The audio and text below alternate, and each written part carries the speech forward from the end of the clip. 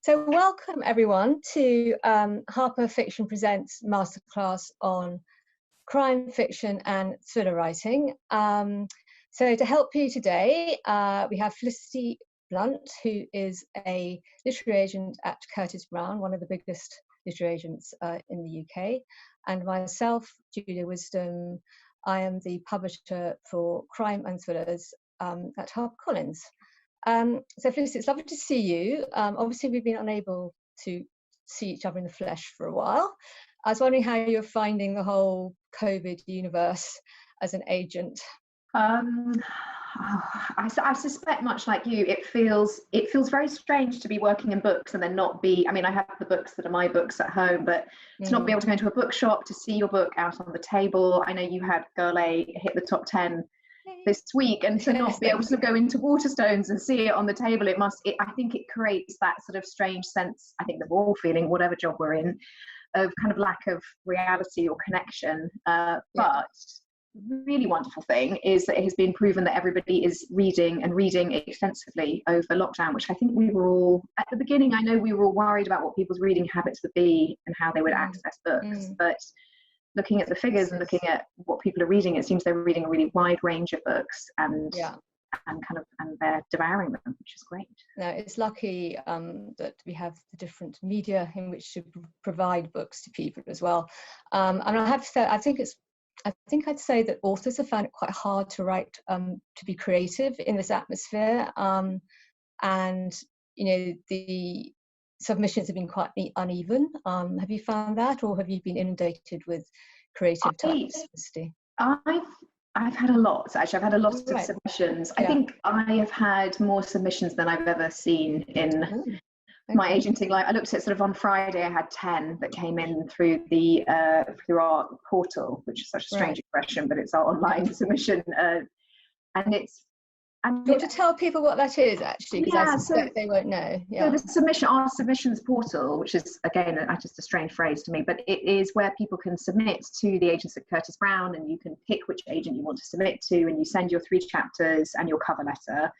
And then that pops up in a sort of website for me, which I can go in and log. But I get all of my submission letters sent to me, so that when I'm working, if something interesting comes in, I can usually flag it quite quickly. Yeah. And I found sort of over lockdown, I went through sort of being really diligent about checking it, and then sometimes feeling, and I think this is something that we've all felt in whatever area of work, where you've got email fatigue because you're on Zoom all day and you just need to not be then looking through something else online. But I did look before tonight's sort of this webinar, and I saw that since Tuesday I'd had 50 submissions, which is quite a lot. That's 50 people writing books that are submitting to me and to other people, and that's really exciting. I'd rather it was that way around for me. I do think authors who are under contract, who in a way I found that they found it harder, that there is quite a weight of responsibility on you about delivering the 2nd, 3rd, 4th, 5th book. And also, if they're having a book published, which invariably within crime and thriller, if you're a book a year author, you are, you've seen your sales possibly been affected, or your book has moved publication date because of shop closures. I think that's been really intensely disruptive, and you're missing all the fun, which is Harrogate Crime Writing Festival, and there's no networking in physical networking as such. I mean, it's quite interesting what you're saying about your portal, because we actually have just set up a competition called Killing It, and that you can find all the details, everyone, on the killerreads.com website, and we really are wanting to encourage people, new voices from all around the world, to send in the first 10,000 words of crime novel, suspense, thriller, and a synopsis and a brief paragraph about who you are, writers. It's open now, and the closing date is April the 7th. And what we'll do, we have in-house judges and an out-house judge, and we will take the top 3, the ones we love the most, and give back very detailed editorial feedback, and also provide editorial mentoring. But of course, it's also a way of getting in a large array of talent, we hope. I mean, I think that's wonderful. I mean, it's such an interesting thing, isn't it? Because I think it used to be that writers could send unsolicited submissions to publishing houses, and that really, it's very, very rare, I think, now that a publisher will accept those. They always want something that's agented, and I can so appreciate that for some people it feels like the agents are in some way this yet another hurdle to get over before even sort of getting access to being submitted to publishers, and then there's this lens that's being applied to their work. So that's a really exciting opportunity, particularly I think because of the editorial mentoring that you offer, which is such a key part of what an editor offers an author under contract. It's it's sort of opening the gates and the gatekeepers going to one side. That's shuffling off into the distance then, you know.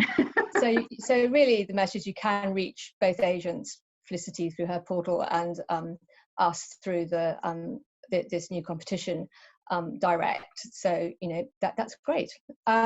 Exciting. So congrats. That's going to be brilliant. So I think just to give a bit more background about who we are and what we do, do you want to, I think we both sort of tell people what our roles are in if you like, the journey of the book from submission through to publication. Because you're the first stage. I'll start, because in a way I suppose I'm the first stop often for a writer. So I'm an agent and I work at Curtis Brown, and I work within quite a large body of agents. We're one of the largest agencies in Europe. And there is both Curtis Brown, and then I have a sister agency called C&W, and you could submit to both Curtis Brown and C&W. Usually you would submit to only one agent from within each company. So if you were submitting to any agency, it's not kind of good etiquette to submit to sort of all 5 of the agents. If it was, you know, if you wanted to target somebody, it's really good to sort of look at what that person's list is and think about what your book is and whether it would sit comfortably on that list and whether it really matches the interests of that agent. And everything is so open now. People have Twitter accounts, Instagram accounts, there's websites. It's quite easy to find that information. And I always like to say that, you know, if you've got an author that you love and you feel that, you know, your greatest dream is to sit beside that author in terms of sensibility and genre, check out the acknowledgements, see who they thanked, see who their agent is. You can sort of work out who your group of agents you might want to submit, and hopefully one of them, you know, might even be me. So you would send in to an agent such as myself. It's very traditional and it's pretty standard across the industry, and it actually mirrors what Julia's competition would ask. It would be the first 3 chapters, or say 5,000 to 10,000 words, a cover letter, which introduces yourself, your book, and a little bit sort of about maybe if you have any publishing history, and then accompanying that would also be a synopsis. And for me as an agent, as I say, I get 15, so I would make sure of a couple of things. If you're sending a book out to any agent, have a really good title, because I think Untitled isn't going to stick in the memory. And I definitely today was looking through my inbox and it was just a great title, so I immediately started reading that pitch letter. Work hard on your pitch letter in the sense that it's sort of like a job application, which makes it sound incredibly corporate, and I don't mean it to, but you want to just present yourself in the best way possible. So write something that's professional and warm. You don't need to be sort of over familiar or over cold and sort of static. I think it's just nice to write something that sort of conveys something of your history as an individual, your work outside of publishing, and then a little bit of sort of like a snip on your book. And I think just something that's kind of like a sort of teaser. So that's going to make me then think, that sounds really great. I want to read the synopsis and I want to start digging into those first 3 chapters. And I think, I don't know about you, Julia, but I think writing a synopsis is one of the hardest things you can ask an author to do for their work. I think it's quite miserable. Yeah. I think it's very hard, and it's actually hard to read a synopsis. I find I would almost rather read 100,000 script than the synopsis, which 10,000 word treatment, or indeed a 1,000 word very detailed synopsis. It's because it's not a voice is so important when I'm sort of assessing and relating to any book. A synopsis is necessarily stripped out. It's telling as well. It's not show. It's like the opposite rule. It's just telling you exactly what's going to happen. So I tend to always actually read the synopsis last. If I've read the first 3 chapters, enjoyed it, I might then dip into the synopsis and think, okay, I'd like to sort of see where this is going to go before requesting the full manuscript. But I think as an author, I mean, I really sympathize with authors having to write synopses. I think it's quite a skill. And I think sometimes you can spend sort of days, hours, you know, sort of trying to reduce this 80,000 word manuscript back into kind of a 2-pager. And I think the tip that I always give is to just remember what you decided to write about at the beginning. What was the idea that first kind of came into your head? Because it wasn't 80,000 words long. It was an idea, and it was exciting. And it was exciting enough that you decided to dedicate a year to writing a book. And then sort of that's your first pitch, and that should probably sit in your cover letter because it's a good tease. It's your elevator pitch. And then when it comes to your synopsis, don't feel you have to document every character, every bit of history. It actually leaves some space for me to want to find out more by reading the whole manuscript. Yeah, and actually I think you could do worse sometimes and look at how jacket descriptions are pulled together, because they tend to leave out a huge amount, and in fact less is more when it comes to that. I mean, you need to flesh out a bit, but if you think what a jacket description is there for, it's to absolutely bring the reader in and make them buy your book. I mean, if you just flesh that out a little bit when you're pitching to the agent, or the agent and you pitching to the publisher, and then you perhaps get a better sense of what is going to appeal. I don't know if that makes sense. I completely agree. I always think about the process you writers would go through as a reader. If you go into Waterstones or Daunts and you're browsing, what is it that attracts you to a book on a table? Often it's like the cover and it's the title. So get the title right for your own submission, and then you turn it over, and then you read the back. And if that's interesting, then you crack the spine and you start reading the manuscript, the book. And then if that's good, you take it to the counter and you buy it and you take it home. And we go through the same process indeed as editors and agents. When we receive something, it's like title first catches attention, read the blurb on the back. Oh, that's interesting. I'm going to start reading this at my desk over lunch. I love it. In Julia's case, I need to share it with my colleagues. In my case, I now need to try and read this before anybody else reads this in the industry, because I'm feeling competitive and I want to sign that person. Yeah. But you can relate to that as readers, because that's really how you choose what you're going to spend your money on. So once you've found the author, Felicity, and you want to represent them, you do whatever you do with authors. I tend to do a lot of edits usually. I'm quite hands-on on editorial, and I love editorial. I think as an agent, your role it's multifaceted. You're part lawyer, part accountant, part therapist, part confidant, best friend, and then editorial. To me, the whole point of working in publishing is working with words, and it is the most exciting thing. If I get to be the first one to read Rosamund Lupton's new novel or AJ Finn's new novel, I mean, what a privilege. That is why I went into the job. And so I suppose I'm slightly of a terror in that if there is something that I feel really needs changing, particularly with a debut, it has to happen before I send it out. For me, there's nothing worse, and I will do no greater disservice to an author to just send something out to try. I'm just going to throw it at the wall and see, because it's within a genre that's popular. Because it's not fair. You get that response back from an editor such as you going, I thought it was a bit slow. Sorry. Yeah. Whoops. So when you then select the editors you wish to send it to, and then it comes to, say, me. And always to you, Julie. We'll go to you. And I'd ring you. Then usually I ring you. I pick up the phone and I say, how are you? What's going on? I have a book. Would you open it? And then I give the pitch, and you generally very kindly say you'd be delighted to see it. I then thump it into the box in the next 10 minutes. Yeah. So then on the publishing side, I as commissioning editor would, because it comes Felicity, and there are certain agents you're going to get good quality coming in. I mean, that you're definitely getting all of my flatter, but also one tends to be in tune with certain agents. But that's another matter.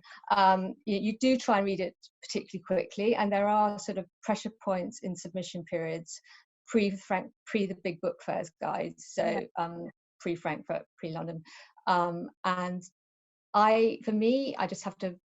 There is proposition, there is title. The agent's letter is incredibly important. The agent's pitch over the phone is incredibly important.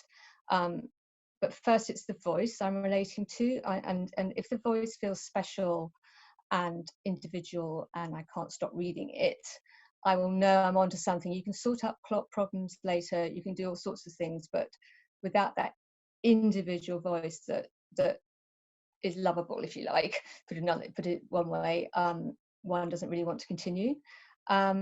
So so if you like, it's an entirely subjective process. Once your subjectivity has kicked in, you love it for whatever reason, you can see, then you have to start thinking perhaps more cleverly, what's the concept, what's the market for this book, is this a new idea, is this something that's been done before? I mean, it is so hard to break into or create a new genre, but yeah, a few people do it, then everybody else follows, that's fine. We also have to think in terms of, you know, as publishers, do we already have 5 historical authors on the list? Do we want another one? Would it be fair to the author to, because they might get squeezed, there's too much else in that area in our publishing house, so we might not have the space for it. There are things like that to think about, and then you have to sell it to your own team. It's very important that you do that internally. Julie, how in your team, like when you get something in from an agent, you love it, and you know you love it, do you immediately share it with the wide team, or are there sort of a few people that you want to immediately get on? Like, how, I'm fascinated by that because I never see that. But what's your, because it's psychological as well for you as the editor. If you want to buy it, you want to make sure you can take it to acquisitions and get sign off. If I want to buy something, I will share it with key people in each of different areas of the publishing house. So marketing, publicity, other editors, sales, international sales. So you get your allies on side within the different kind of quadrants of business. The system. No, you get absolutely not. But you yes, and because all those people, and we'll come on to this later, play a massively important part in bringing any book. I mean, you start with the author and the agent, but in the publishing house are about, you know, I can't think how many different people are involved in bringing a book. Yeah, on one team, how would you, I mean, I probably don't know all of the people on any of my authors team. I know the people who head them, but how many people would be working on Woman in the Window or a Jeff Deaver novel? So just for everyone who's listening, Felicity and I share 2 authors, Jeffrey Deaver, who is a big American thriller writer, and AJ Finn, who had a big hit with Woman in the Window 2 years ago, which is a psychological thriller, quite Hitchcockian in feel. So on Women in the Window, I would say there'd be at least 2 publicists. There's 1 publicist, 2 marketing, at least 1 other person editorial working on it. There would have been a key international person, but they will be talking to all the different territories. I'm running out. There's obviously production, and the home sales team. There are at least 3 people involved, 4 people. And it is a village, isn't it? I mean, so when you buy a book, it's bought by the whole company, I think, is what's really. Possibly you don't understand, you know, when you're, I mean, I didn't understand when I entered the business that the books that really work and the books do well have clearly got buy-in from everybody in the company, and everybody's invested in making that book a success. So that's what you want as an agent. You're like, that's going to work for my author. So you're pitching to me and I'm pitching to the team and they're pitching out. Yeah. And that's actually when you know you've got a good pitch, I suppose, is when the author's pitch to you gives you a really clear pitch to make to the editor, and then the editor to the team, and then you really know as an author or an agent when you've been writing your cover letters that you've done your job well. If when the blurb comes back for the book description from the publisher, you can see lines that have been used from the author's original pitch letter to you, and it's, I think, having that real clear outline for what your book is can be so helpful. And that's not to say you have to reduce your book to 2 lines, but the way you sell a book has to be quite immediate. Elevator pitch, the proposition, it's what line appears on the front of the book, and things like that. It's all very important, and lots of different brains are brought to bear on it. You know, people in marketing often are fantastically skillful at doing those elevator pitches. We do copy testing, so that to get feedback on what people are responding to best. So that's the readers. You send out your copy and your cover, and so then you've got armies of readers who'll say, "Don't love that cover, like that one." That's right. And we do insight. There's lots of different ways we try and amplify a book and fine-tune proposition. You know, the acquisition of a book is just the start of what's often a 12-month process. you know, from just to get down to sort of more nitty gritty, and an editor might take the book through 3 further drafts even after the agent has already done drafts. So for the writer, I think one of the key things, you have to be happy to be edited. It's very important that you're open to that, because it's very, very unusual for a book to come in and it's just in a perfect state. But that's almost one of the joys as an editor, is just the talent spotting, but it's working with the author, always with the agent involved on text, and getting the structure right, and then the finer tuning with each sentence, and then the proofreading, so everything looks just right. So I think, you know, perhaps I was wondering, sort of getting down to the more nitty-gritty elements of crime fiction, thrillers. Technically, you know, there's various things we look out for in crime fiction and thrillers. As I personally always feel that a plot should arise from character. I agree with you. I think character is so important.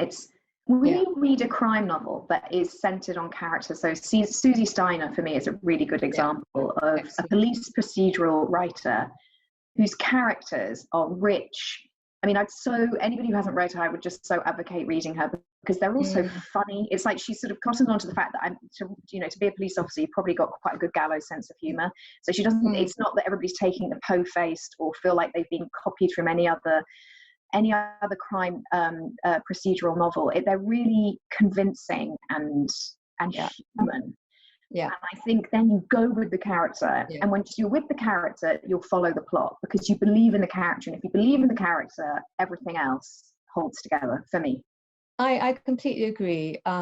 It's what you want is emotional engagement with the book, basically, and if you don't care about the people, you might be intellectually satisfied by a clever plot, but I don't think it will live in your heart, if you like, a month later. And I think it leaves you empty in a way that I don't know. Kate Atkinson, who writes brilliant, you know, the Jackson Brodie. Again, you're left remembering lines and thinking, I'm going to read that book again. I'll read those books, you know, 3, 4, 5 times in my lifetime and read them happily. And I think. And I think actually in crime and thriller, there can sometimes be this snobbery directed to crime and thriller. They're formulaic in some way, or you just have to follow the rules of the genre and anybody can do it. No. And that is just not true, because the greatest novels, like any great novel, are all about, you know, place, setting, time, character. And everything has a plot. Usually everything has some sort of plot, whether you're talking about literary or not. You know, how you choose to sort of let that plot play out, that's up to you. But I take my hats off to crime writers. I think they're spinning plates, and I think there's one of we've been getting various questions from the people attending the masterclass. And one of the questions we got sort of relates to that. I'll just read it out. Because it says, in a genre where suspense and unpredictability strive, what have been some of the more rare and memorable plot devices? How would you translate these to budding authors trying to pack a punch with their narrative techniques? And I was just thinking a bit about that question, and all the different ways in which I have been wildly surprised, and by the varying authors who have surprised me. I just want to, you know, just to think about that. I mean, Fingersmith, for instance, by Sarah Walters, it's not really sold as a crime novel, but it is in essence a crime novel. And if you go, you're motoring along, and then halfway through, she completely flips the book. And I don't know about you, but I literally gasped. I thought, oh my God, did not see that coming. And everybody I know who's read it did not see that coming. And yet she earned it. I mean, I think that's the thing about any switch that you make in a book is you can do that. Any of you who are writing books can do that, but you have to give that reader that moment where it happens, when they go, gasp, and then they think back and they're like, oh, yes, and they start to just all there. Thing over. Every coin has two faces. You know? It's so and The Murder of Roger Ackroyd by Agatha Christie. That I can't tell you what the twist is because it totally gives away the game. But she more or less invented something which has been copied since. And I read that and I thought, I mean, and everything was there. She didn't cheat on the reader. I defy anyone who comes to that book for the first time to work that out. What she does, she's so clever. She is such a, I mean, when you think about Agatha Christie and her legacy, actually, I mean, the authors that are best-selling authors today, you know, they all acknowledge, and as they, you know, they say, whether it's Lucy Foley or Ruth Webb or even, you know, AJ Finn, there is, and actually increasingly I found over lockdown, you can see those books surfacing because the deviousness of her plotting. I mean, she was so clever, but also just the ideas she had for a setup, you know, even and the titles she came up with were, you know, Death on the Nile, Murder on the Orient Express. I think amazing. If you want to study how to plot, you can do a lot worse than just read a lot of Agatha Christie novels, because she sure as hell is the best in the business. And I think the other thing which is worth drawing out is you should never cheat in the crime fiction. It's very important never to cheat the reader. By that I mean everything has to be there for the reader to work out what the solution is. They might not be able to do it, and that's your skill as a crime writer, but you can't suddenly introduce a murderer 80% of the way through or 90% of the way through who has not been in this book before, because it's like a Deus Ex Machina. You really shouldn't do that. I feel that feels like the reader is going to feel just, I mean, I tell you who's, you know, if you look at Patricia Cornwell's first book, Post Mortem, and that's another one where I felt moment, and actually I had to change my behaviours because what she meant was terrifying me so much. I thought, okay, I've got to stop doing this one thing I was doing. Really? But everything was there in that book, but I just don't think anyone guessed where it was going. But I mean, she's another person who wrote something that sort of a whole genre came out of what she wrote, and that is extraordinary. And you think now about Kathy Reichs and Tess Gerritsen and But I can still, when I think about Patricia Cornwell, the first thing I think about is the smell in the air when a bone saw cuts through whatever. I mean, that's literally, I just remember reading that and just thinking about that burning dust. And it's just, so there is, you know, a body on a slab and there's nothing happening, but she described it with sort of great reverence and respect. And it was quite beautiful. And the detail was intricate, and the character, you know, Scarpetta's devotion to her work. You believed in Scarpetta, you believed then anything that could have happened, you know, rampant mass murderer, you know. I think it's suspension of disbelief almost, isn't it? It's how do you bring the reader with you, even if you're Thomas Harris, you're taking them down these incredibly sort of gothic byways. And actually, do you think every crime novel has to have a murder in it? Do you think that's essential? I'm not sure it is, but I don't think it is. In fact, Jeffrey Deaver once wrote a novel where there are no murders, and you don't really realise that till the end. I think as well, the nature of crime is, I mean, crime can be defined in so many different ways. Gaslighting can be a crime, you know, and I think you don't need a body, you don't need murder. There's, you know, unfortunately, there's a lot of other ways to inflict hurt, and I suppose the thing about these books is they play with our fears as well, and actually rather like Jaws and not seeing the shark, I think it's fine, you know, just to sort of you can terrorize yourself with a book that doesn't have a body on every page, and you can be far more frightened actually than by one that does. I agree. I mean, I once like the Jeff Deaver years ago, I used to edit this wonderful author called Reginald Hill, and who created the Ellen Pascoe. Yes. And this is just an example of how you fool the reader, because he opens with one of his books. It opens with a mass murder, and then you go through the whole book, and it's like, oh my god, and of course nothing is quite what it appears to be, because it's Reg, and because he's a good, that's what a good crime writer can do. And I edited it, and we did proofs, and I sent one of the proofs to Val McDermott, who's a friend, and I edited her for years. And I said, what do you think? She said, well, the thing is, Julia, I do like a crime novel to have a murder in it. I said, what do you mean? Because I sort of realised about 4 months later, actually there wasn't actually a murder in it. He just completely bamboozled you into thinking there was, and but no one else had sort of pointed it out. It's just quite interesting. That's so interesting. And I think there's that thing as well as a writer where you don't want to be exploitative as well. This idea that you need to sort of rack up a body account or have something be. I mean, I find it really hard. I know there's the show The Serpent, and I watched the first episode of it, and it's just it's partly because it's a true life thing, but sort of hearing what happens to people, there is that thing where you think, oh my God, I don't know how much I can take. And I think the best crime writers, in a way, they pay respect to their victims as well, that they make them three-dimensional, and because then you really care about them and you grieve them, even if you only find out who they were after they've gone. You only meet them, post-mortem, as it were. And I think that's something else as well that good crime writers really understand. That I think it's that of human life, actually. Yeah, I call it the taste of real tears. If I think a book has a taste of real tears in it, I'm much more likely to want to buy it.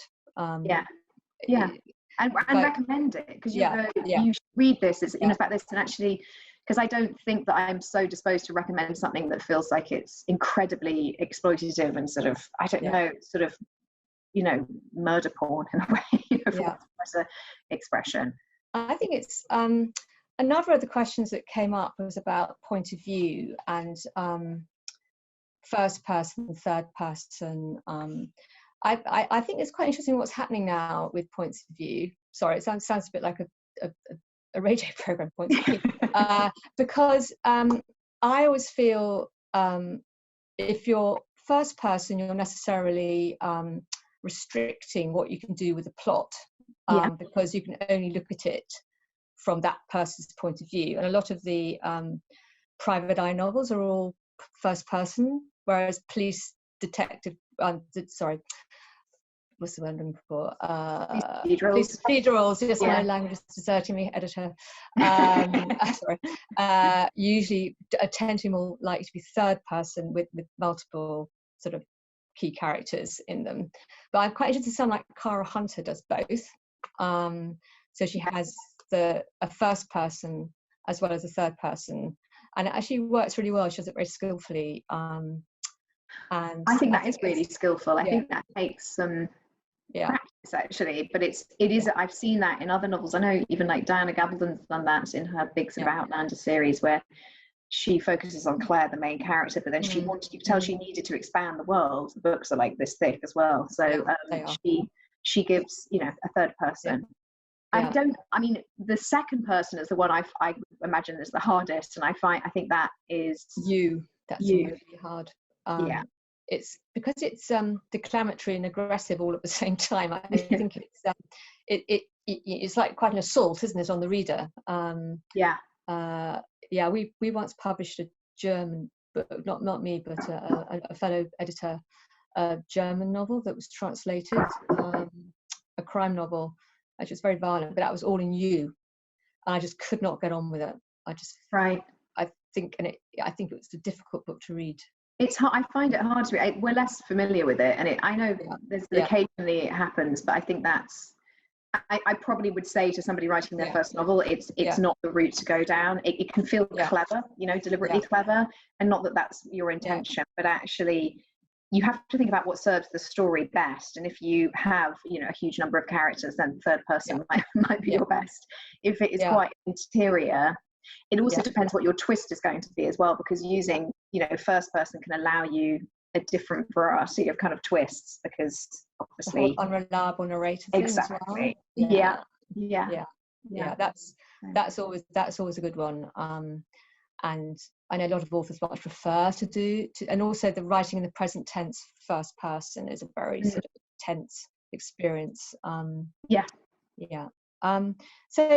I think it's also quite interesting to look at genre in for crime thrillers, because it's so broad. It's the biggest genre that I can think of. It's specifically defined, as crime and thriller. It's everything as well. And it also comes in waves. So, when I started out many moons ago, the genres that were riding particularly high or about to break through were kind of feminist private detectives, private eyes, sort of Sarah Paretsky, and then Val McDermid started over here, and then the serial killer book, and then the forensics books. So all through the 90s, these were all the waves that were coming through. Espionage was pretty dead in the water in the 90s, because I think it was Cold War. Cold War was over, and it's like, where do we go with espionage now? But now espionage is suddenly starting to get traction again. Which I find so it's like there's more of a market for espionage fiction now than there would have been 20 years ago. I don't know, because the psychological thriller has been riding high for so long. But do you think that's something that's going to continue? I do. I think we've been predicting the death of psychological thrillers for 5 years, and erroneously, as it turns out. I think a great psychological thriller is great, and there will be one, I would think. Girl A, what would you describe that as? I mean, I feel it's sort of, I find it very hard to some books just seem to me to be cross genre. So there's something that's quite literary, and it's psychological. I think you can be psychological thriller and still, you can do it well, and you can subvert what a psychological thriller is, but still be a psychological thriller. And I mean, you could say Daphne du Maurier wrote psychological thrillers, and she did in many ways. And lots of people will always, when they talk about their work, talk about being influenced by Daphne du Maurier, and they're probably influenced also by, any of the great sort of big people like S.J. Watson, Rosamund Lupton, who's one of mine, Renee Knight. I think they take their influences. 3 Hours is an amazing book, and I think other crime writers who are procedural crime writers love that book. Mick Herron, who's I'd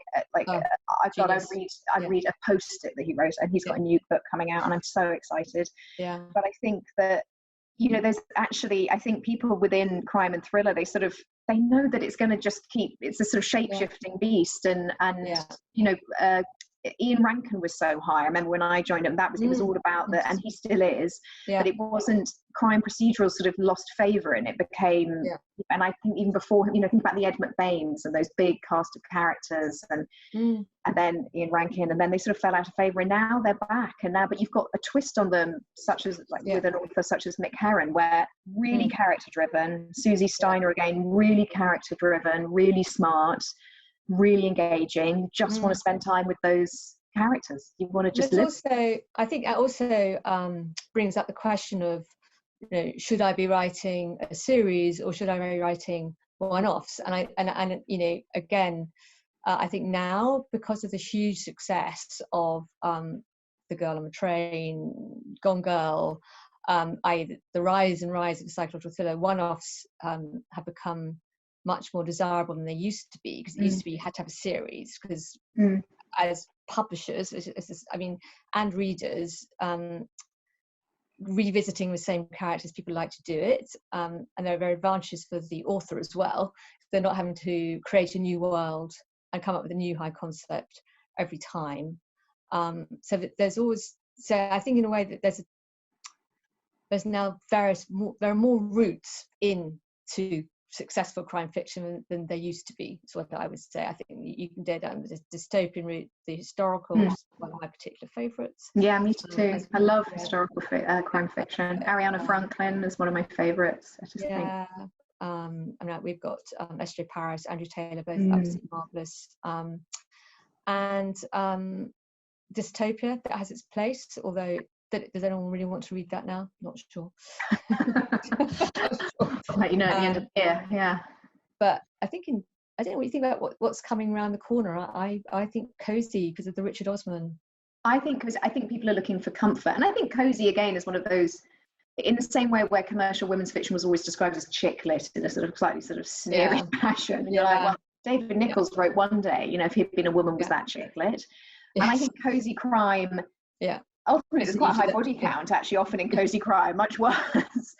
But I think I do understand what it's saying. It's saying that thing when you just know everything's going to be okay at the end of the book. And, I think you've got a beginning, a middle, an end, when everyone's locked away. And and usually has a little smattering of warmth and sometimes humour. Richard Osman does that to perfection. Richard Osman does that brilliantly, and that has been just the most extraordinary success. And full credit to anybody, agent, author, publishing team, because we all knew that book would be big, but I don't pretend that I predicted it would be this big. And it's just a juggernaut. And that is a book, I don't know whether it was intended originally to be the first in a series, and I think that's always the question around whether you're writing a standalone or a series. But once I think it was. I think it was, It was always to be, I think so. I don't know. I think so. And a great idea as well. The idea there's a retirement village with some of the smartest minds in England all kind of, collected together.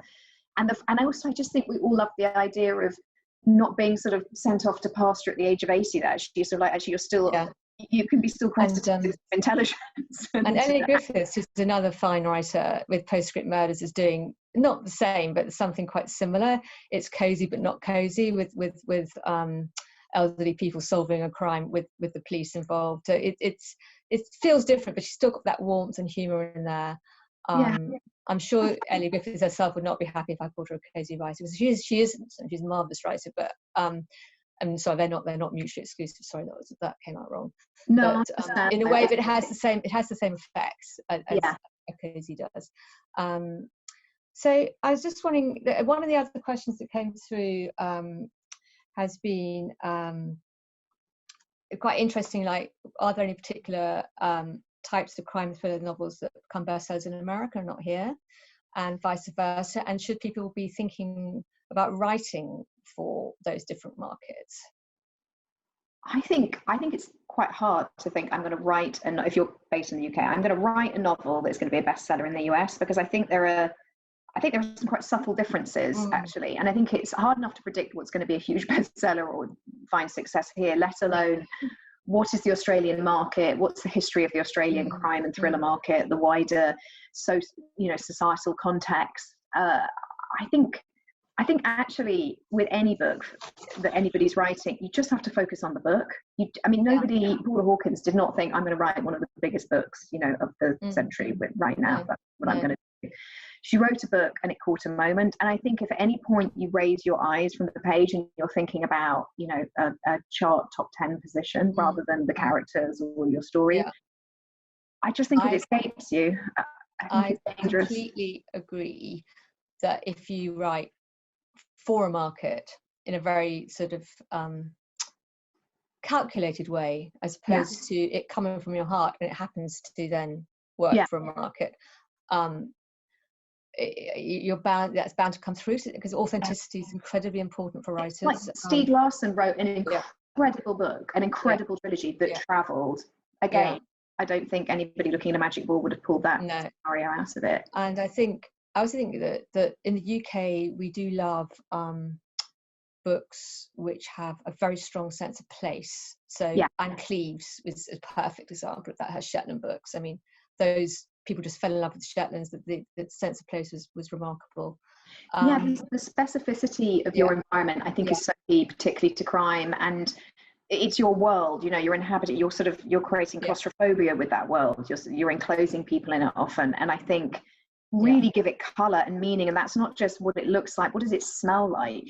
Remember that you've got 5 senses. So when somebody's sitting down to dinner, one of the things that can make you feel most nauseous is just the way they eat and the sounds. And you can really, and I think for me, a book, particularly historical fiction, actually, I always judge a book of historical fiction on whether I really think I can smell, because there's no way anybody walking around Victorian London wasn't like gagging, like it wasn't particularly great. And I think I agree, but then what, a book with a very powerful sense of a UK locale and UK sort of language, if you like, our own particular language, it doesn't translate into America very well, whereas the psychological thriller often does, because Ruth Ware and Lucy Foley, Ruth Ware and Lucy Foley have really travelled. But some of those crime writers, the procedural ones, that's harder, I think. And then I think oddly America quite like the coziness of some of our setups. So if you set something on the Isle of Jersey or something and it felt a bit more in the Richard Osman, I can see that working more easily. because there's a sort of sanitized version of Britain, I think, that America quite enjoys. They don't like gritty, noiry Britain. No, they don't want. Then no one else does, actually. Yeah, for export purposes, they don't really like the mean streets. They want Britain to be more Greenfield, Downton Abbey, or whatever. Not the reality half the time. So what was I going to say? What haven't we touched upon? I'm just looking, because I don't know if people have asked questions in this box. I'm just going to, I think we've covered some of these. Word count, I know people were asking about. I think, I mean, Julia, for you, what's the sort of, an ideal word count is quite a hard thing to talk about, because in a way, what the story needs is what the story needs. But I do think it needs to be. Yeah, I think if you're hitting 150,000 words, then that's problematic. And I think for translation purposes, if you're selling, your book into foreign rights, the expense of translating, usually German. You don't want to have a long German. No, German's very. 140,000 words is quite long for a detective novel. That's the first one. It's not. I mean, the point is, if it's wonderful, then it's wonderful. Which books, authors do you wish you'd signed? Well, probably some of the ones I've mentioned. Like, I love Mick Herron, Susie Steiner, Jane Harper's represented by my colleague, so I'll leave Jane Harper with her. Yes. But I think any of those, all of whom have a really clear sense of place and person. Are there any examples of books who weren't considered top of the list that the publisher then just took off? I mean, Rosamund Lupton, when I first sold her book Sister, that was not a big deal at all, and it just grew in momentum, and that was because the editor just got buy-in from different levels of the company, and everybody just fell in love with the author. I mean, I think one of the a fine example of that is Dan Brown, who, when he was first acquired by Transworld, they had like 2 or 3 books for him, 2 maybe, and even the third just did very little. But then, of course, the 4th was Da Vinci Code. So, and then the backlist becomes massively valuable, and each one of those backlist books sold gazillions. If there is that sort of, if an author has become successful after 10 books, along with, which happens, then suddenly those earlier books become incredibly valuable. So, and I think the other thing to bear in mind these days is, of course, books are continuously available because of digital. They don't go out of print as such. So your work is always going to be there. And the other thing I'd like to mention, even though we're a publisher and an agent, so possibly not in our best interests, but if you haven't found an agent or a publisher, the self-publishing route can really work for quite a few authors, and it has worked in the past for quite a few authors, hasn't it, Felicity? I mean, The Martian. The Martian came from James, which was E.F. James, But The Martian, you're writing. Well, I mean, but The Martian, I think, is a brilliant book, just brilliant. I mean, it could only. I think when I'm thinking about what I look for as well, because somebody asked that question on the Q&A piece, sometimes I think what I realise is what is most exciting to me about when I read a book is thinking nobody else could have written this book. Like, this comes from the mind of this particular author. Like, Rosamund Lupton writes in a very particular way, and Renee Knight, for me, and a debut I sold recently, I remember just thinking, whatever alchemy of her life and experiences, that's on the page. Nobody else would replicate that or have done that. And that's, to me, most exciting, just to think, this feels so unique. This feels like this author's work, and I can really reference it as special. And so it's really hard to say I'm looking. Of course, I'd love amazing crime process. I'd love anything that's great. I mean, I read really widely. I love good writing. I really celebrate our industry for just how hard actually everybody works in it, and how much people just congratulate, competitors for the successes they've had, because we need all those successes. So it's pretty great. I wish you all luck writing for that reason, because it's a place to be. There's just one more question. I mean, we've got to wrap up. Sorry, I realised the time is running away with us. So this is quite an interesting question here. What are your initial gut feelings about books that have the plot take place during lockdown? So are we open to that as an idea? I must say, I'd feel reluctant right now to read on, but maybe in a year's time. The book will be publishing in 2 years' time, and I think Yeah, I would definitely be open. I think there's a lockdown, as in COVID lockdown, and then there are lockdowns which just happen normally. You know, there are different, like Rosamund Lockton in a way with 3 Hours wrote a lockdown thriller because it was a siege. So I think there's a way of writing about something that we could all relate to because we've all experienced feeling trapped, without writing particularly about COVID and doing a COVID thriller. And to me, that's the way to approach it, possibly, so that it resonates with us. If you're too specific, the trouble with lockdown as we live it is that interactions between people become difficult. So you're limiting your cast of characters, and you're limiting how close they can get to each other, and there are all sorts of things that but on the other hand, you could do something quite exciting with it in a a quarantine hotel or where they're locked little rooms. Yeah, one of them's killed. He's going to do something. Yeah, and then you're stuck. Like that. Don't steal that idea. So, Julie, you're one of those editors who now does a novel. No, I'm never going to do that, guys. I know how much work goes into writing a novel. Yeah. I'm very happy to work on other people's, but to write 140,000 words, whoever that was, is bravo. Is bravo. Anyway, I think we've got to wrap up now. I'm sure we've missed out on quite a few topics we would have liked to discuss. But thank you very much all for listening in. I hope some of this has been of help. Thank you very much, Felicity, for participating. Oh, it's such a pleasure. Thank you so much for having me, and thank you to anybody who attended. It's actually feels a great honor to be able to speak. Great. That's quite fun talking about this.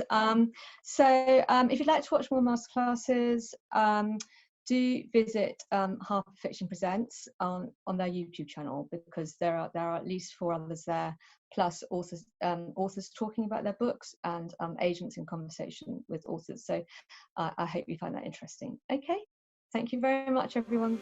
Bye.